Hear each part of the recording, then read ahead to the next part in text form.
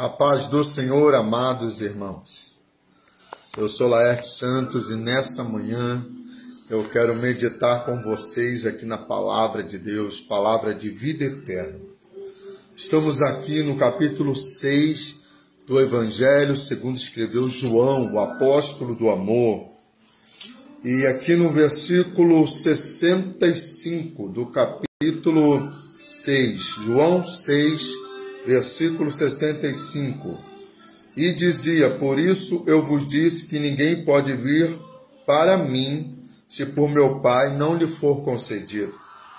Desde então muitos dos seus discípulos tornaram para trás e já não andavam com ele.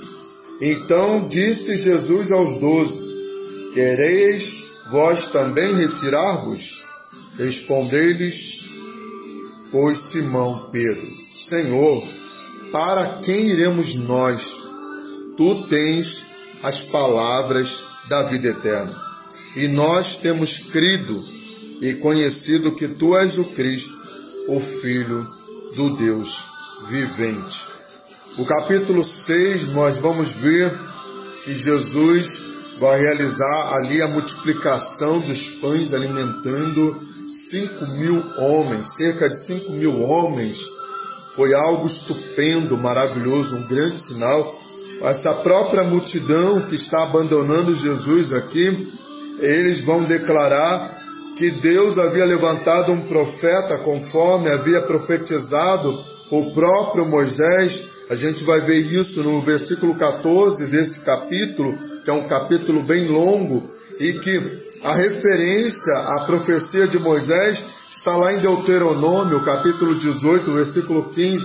Moisés disse que o Senhor levantaria um grande profeta e que o povo iria ouvi-lo. Então, esse profeta é o Messias, é esse Cristo que a gente vai ver nesse capítulo andando sobre as águas, fazendo sinais e maravilhas. E aí, isso está perto, próximo, à festa da Páscoa.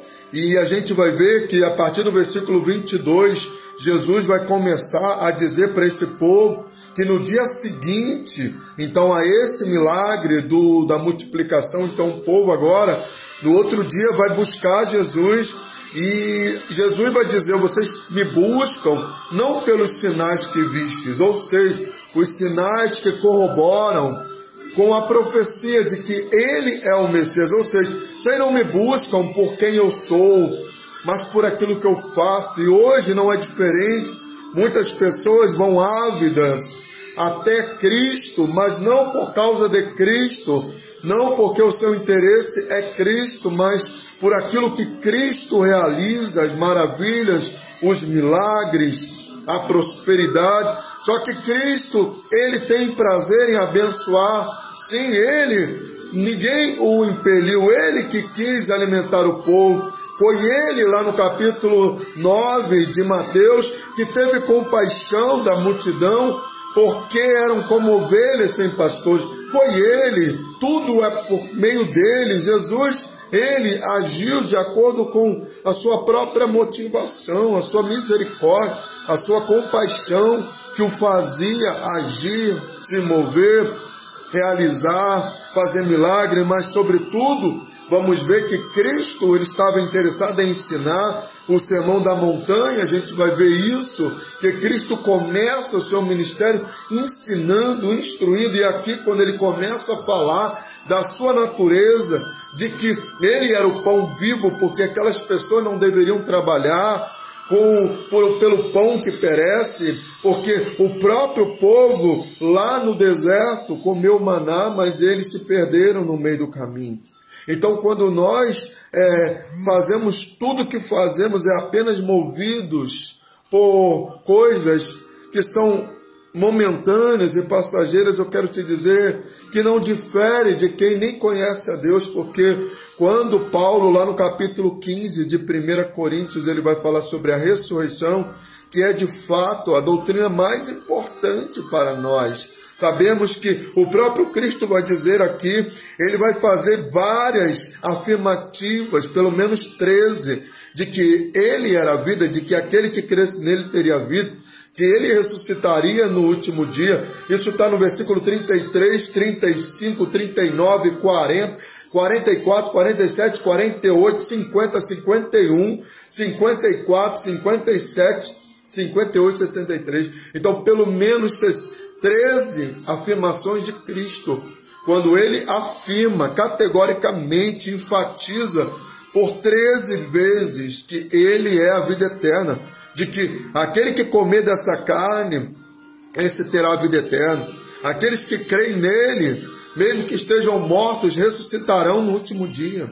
Que a sua palavra é espírito e vida para aqueles que creem. Então, ele quer realizar milagres, ele pode fazer milagres, ele pode prosperar, ele pode abençoar, ele pode mudar a tua vida financeira, ele pode te dar um bom casamento, ele pode te dar uma vida farta, sim, mas esse não é o pilar do nosso evangelho. O evangelho, ele vem falar da salvação, do perdão, da reconciliação, da justificação, da graça, do favor de Deus, porque na verdade, quando nós recebemos a salvação, logo, ela vem com um pacote onde tudo que precisamos está nele, mas ele quer que nós venhamos ter relacionamento, e é o que o povo não queria, porque ele diz também que aquele que não come da minha carne, não bebe do meu sangue, esse não tem parte comigo. Esse é apenas um espectador, esse não usufrui da minha presença, esse não pode ter intimidade, esse não pode me conhecer. Como eu posso conhecer quem eu não me relaciono? Muita gente diz conhecer a Deus, como? Através de quê? Qual é o parâmetro? E quando a gente vai aqui para a pergunta crucial, quando Jesus começa categoricamente, enfático, ele vai enfatizar que ele é a vida eterna, que ele é o Filho de Deus, que ele foi enviado para dar vida ao mundo, que o seu ministério estava muito mais direcionado para a salvação das pessoas. As outras coisas são inerentes, é claro. Mateus 6,33 diz: buscar em primeiro lugar o reino de Deus, ou o reino dos céus, porque como Mateus escreve para os judeus, então ele não vai mencionar o nome de Deus diretamente, mas vai dizer o reino dos céus, a sua justiça, e as demais coisas serão acrescentadas. O problema é que nós colocamos as demais coisas como prioridade. O profeta Isaías, no capítulo 55, ele vai dizer: por que vocês gastam o vosso dinheiro, os vossos recursos, naquilo que não é pão, naquilo que não satisfaz? Por que nós lutamos tanto? Por que nós nos dedicamos tanto para aquilo que é perecível? Por que a gente não lida? Por que a gente não se dedica tanto com as coisas de Deus como nós nos dedicamos com as coisas do mundo? Por que nós não temos dificuldade de nos abster muitas vezes das coisas para conquistar alguma coisa que é passageira? Por que o aluno, o estudante, porque o universitário, ele se abstém muitas vezes da companhia de amigos, ele passa a madrugada a fio, debruçado sobre os livros, estudando a anatomia, estudando, seja qual for ali o curso que ele está fazendo, por uma glória passageira. Por que o militar, porque aquele que está querendo ingressar no militarismo, ele vai se abster de alimentos que não vão trazer saúde? Por que o jogador de futebol, para conquistar ali muitas vezes uma coroa, né? Porque eu digo coroa fazendo referência ao passado, mas hoje uma medalha de ouro, eles se abstêm, eles vão ficar muitas vezes ali num lugar isolados, apenas pensando, né, focado no jogo, e aí eles vão treinar, vão aumentar o treinamento, o rendimento, tudo por algo perecível. Mas quando é para as coisas espirituais, nós achamos dificuldade em ler a palavra de Deus, em meditar as escrituras, mas não temos dificuldade em ler fofocas na internet.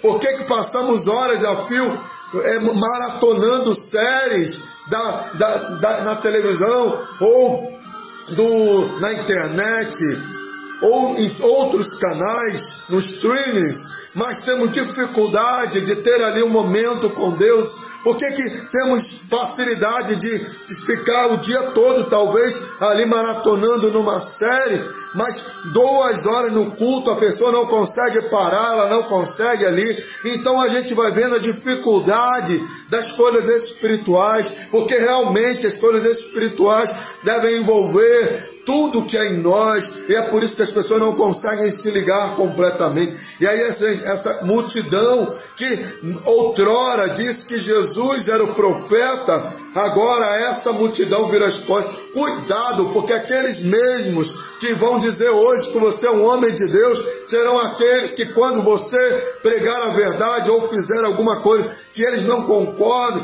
ou exigir alguma coisa que eles não aceitem, esses também serão aqueles que irão virar as costas para você. Quando eles estão indo embora, o seu sermão é duro, Senhor. E aí Jesus vai falar para os seus discípulos: querem vocês irem com ele? Meu irmão, a multidão não pode ditar a palavra. Os seguidores não podem moldar a nossa pregação. Os ouvintes não podem moldar, dizer o que nós temos que pregar. Jesus não estava cativo à multidão, ele estava cativo à vontade de Deus, porque no capítulo 4 de João ele vai falar que a sua fome era fazer a vontade de Deus e realizar a sua obra. Jesus estava ali sim, faminto, desejoso, anelante de fazer a vontade do Pai. E aí, meu irmão, eu quero fazer 2 perguntas, na verdade. Vamos meditar agora para o final, baseado no que o próprio Pedro vai dizer, porque quando Jesus diz, vocês querem ir com eles também? Jesus não estava preocupado em ficar sozinho. Às vezes a gente quer multidão junto conosco, mas qual é a qualidade desse povo? Povo murmurador que estava com Moisés, que em vez de ajudar o seu líder, porque o Moisés também foi rejeitado, porque os profetas foram rejeitados. Não pense que muitas vezes a gente tem a falsa segurança de que a aprovação de todos é a aprovação ministerial, de que você está pregando a palavra correta. Cuidado, porque você pode estar sendo enganado, iludido, porque Cristo, sendo Ele a própria palavra revelada, encarnado, por que rejeitaram? Por que abandonaram? Por que deram as costas para Ele? Porque Moisés, com todos os sinais que Deus utilizou ali através do seu ministério, por que ele foi rejeitado? Porque de 600 mil homens, sem contar mulheres e crianças, por que só 2 homens adentram na terra prometida? Às vezes a gente quer mensurar a qualidade do nosso chamado pela quantidade de tapas nas costas e elogios, e isso não vai autenticar o seu ministério. Paulo foi também rejeitado, teve um tempo que estava sozinho, e às vezes a gente acha que a multidão está conosco. Isso está avalizando, isso está de fato carimbando o nosso ministério. Pode ser que ao longo do caminho você se moldou, você começou a pregar o que as pessoas queriam ouvir, trazendo um evangelho muitas vezes hedonista, do prazer pelo prazer, triunfalista, e você deixou de pregar a verdade. Por isso que está todo mundo junto. Mas o dia em que você começar a pregar a verdade, tenha certeza que muitos virarão as costas para você. Nós não podemos estar cativos à aprovação humana, mas que Deus esteja aprovando o nosso ministério. Então, disse Pedro: para quem iremos? Antes de Cristo, eles estavam desgarrados, espalhados como ovelhas sem pastor. Mateus 9, 36 e 37. Ou seja, capítulo 9, versículo 36 e 37. Então, estávamos desgarrados, como aquela multidão que Jesus viu. Hoje somos 8 bilhões de pessoas, e infelizmente bilhões de pessoas estão desgarradas, fora do aprisco, errantes, errando o caminho, sem saber para onde ir, buscando em tudo, buscando em vários caminhos, em várias ideologias, buscando em várias filosofias a verdade, porque o ser humano tem dentro de si uma busca pela verdade, uma angústia pela verdade, um vazio pela verdade, que só pode ser preenchido pela verdade absoluta, que é Cristo, que é Deus, que é o Criador de toda a humanidade. Sem Deus estaremos buscando a verdade em um monte de coisas que estarão apenas nos distanciando cada vez da verdade. E aí, antes estávamos desgarrados, como disse o profeta Isaías 53:6, todos nós andávamos desgarrados, como ovelhas, cada um se desviava pelo seu caminho. Então, cada um seguindo um caminho que, segundo ele, o seu coração está guiando. Então, um vai para cá, outro vai para lá, e dizem, todos os caminhos vão confluir, né? Vão fundir num mesmo caminho, quando na verdade a Bíblia não fala sobre isso. A Bíblia fala que há caminhos que para o homem parecem ser bons, mas que no caminho, esse caminho no final dele é caminho de morte. Então muita gente está indo para a morte, pensando que está indo para a vida, pensando que os atalhos, os caminhos que lhes foram propostos, alternativos, caminhos alternativos que lhes foram propostos, que vão lhe levar para um único caminho, quando na verdade está lhes levando para distante, se afastando cada vez mais de Deus, porque ser desgarrado é estar afastado, extraviado, separado de Deus. Volte para o caminho, somente há um caminho. Por isso que a pergunta de Pedro, ela é muito importante. Para quem? Há uma outra versão que diz para onde, mas eu quero dizer quem. Eu prefiro essa versão porque quem vai implicitamente estar falando de uma pessoa, de um homem, de uma pessoa, está apontando para um, somente um. 1 Pedro 2,25 vai dizer, porém, antes ele vai dizer que antes estávamos desgarrados, porém agora fostes convertidos, conversão, ou seja, estávamos desgarrados, estavam cada um se desviando pelo seu caminho. Então houve uma conversão da sua rota, e agora você está seguindo um caminho. Qual é o caminho?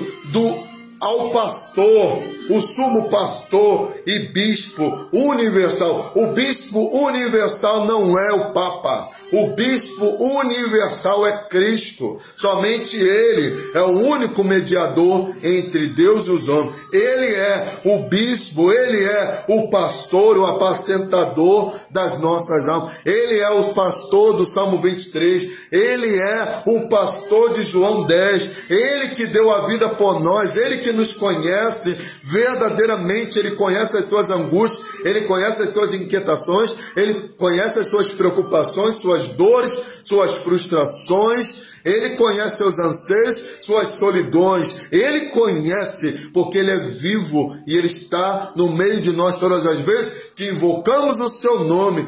Ele está ali para sustentar, para alimentar, para dar graça, para dar direção. Existe apenas um. Para quem iremos? Para o judaísmo e voltar para aquilo que era apenas sombra, como diz Hebreus 10, que aquilo que Moisés recebeu apontava para algo que era superior, para algo que era permanente, para algo que era absoluto. Era apenas sombra das coisas vindouras, das bênçãos ou dos bens vindouros. O tabernáculo ali, que foi colocado ali no deserto enquanto estavam, e depois se estabelece lá, né, na terra prometida.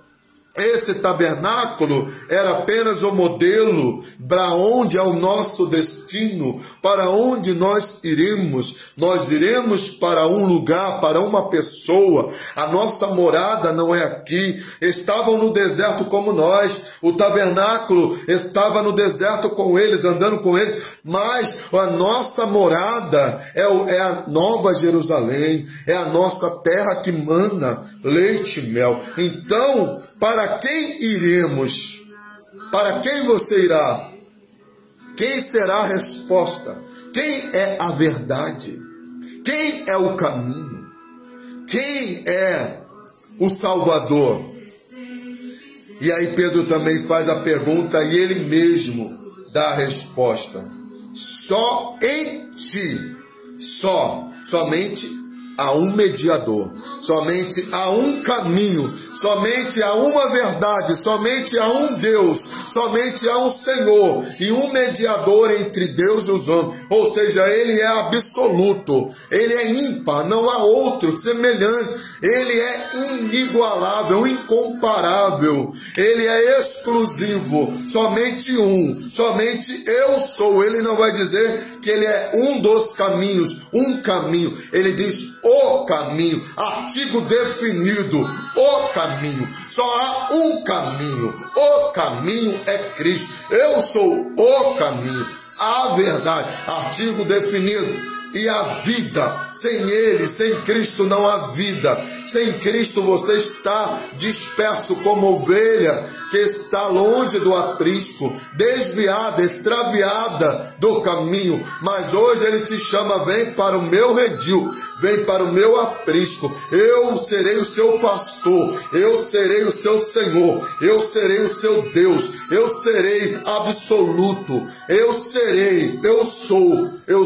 o que sou. Eu sou o caminho, a verdade e a vida. E aí, ainda repetindo, enfatizando que Jesus fará 3 afirmações de que ele é a vida para aqueles que creem nele, aqueles que comem da sua carne, aqueles que bebem dessa água. No capítulo 7 ele vai dizer, daqueles que comem da tua carne e bebem do seu sangue. A ceia, ela é um ato memorial que nos traz isso, de que precisamos nos alimentar dele, e o seu sangue é vida, o seu corpo é vida para nós.